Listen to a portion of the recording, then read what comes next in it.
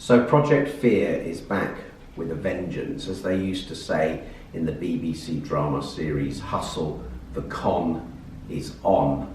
Project Fear is ramping up the scare stories, and we learned this week that it's all designed to come to a peak round about October time, when the House of Commons will have its meaningful vote on whatever Brexit deal Theresa May has brought back from Brussels, and the aim is to persuade MPs to vote against the deal, to overturn it, and then use that as a pretext either to extend the period we stay in the EU, to bring down the government, force a general election or a second referendum. Now, this is an outrage because the vast majority of MPs voted for the EU referendum bill, which handed the decision on this great issue to the British people, and they also voted to trigger Article 50 last year, which dictates that we should leave the EU by the end of March 2019. It would be appalling, a betrayal of democracy, if they now go back on their word, go back on what they stood for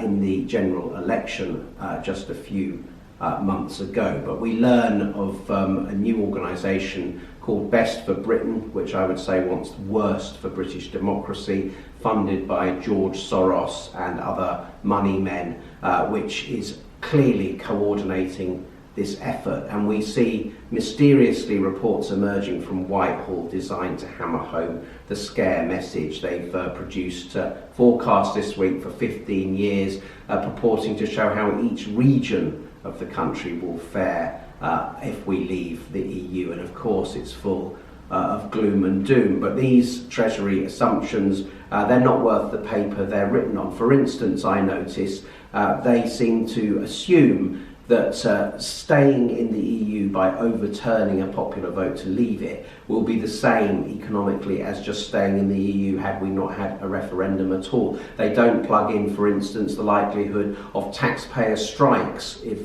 democracy was overturned. They don't plug in the prospects politically it would bring down this Conservative government in ignominy, leave it in opposition, I suggest, for at least 10 years, and that would mean 2 terms of John McDonnell as Chancellor of the Exchequer, with hardline socialist measures which we know all over the world kill economic growth, produce flights of capital and other crises, yet there's no recognition of that whatsoever in these Treasury forecasts. Now, I urge you all to get on to your MP, write to them, email them, remind them of what they stood on in their manifestos last year. Remind them that they supported the referendum bill, remind them they supported Article 50, and let them know they'll be held to pay if they seek to take back the people's sovereignty in order, again, to give it away to Brussels. We can and we will get our Brexit, and we'll do it in spring next year. But I need every Brexiteer who's passionate about this issue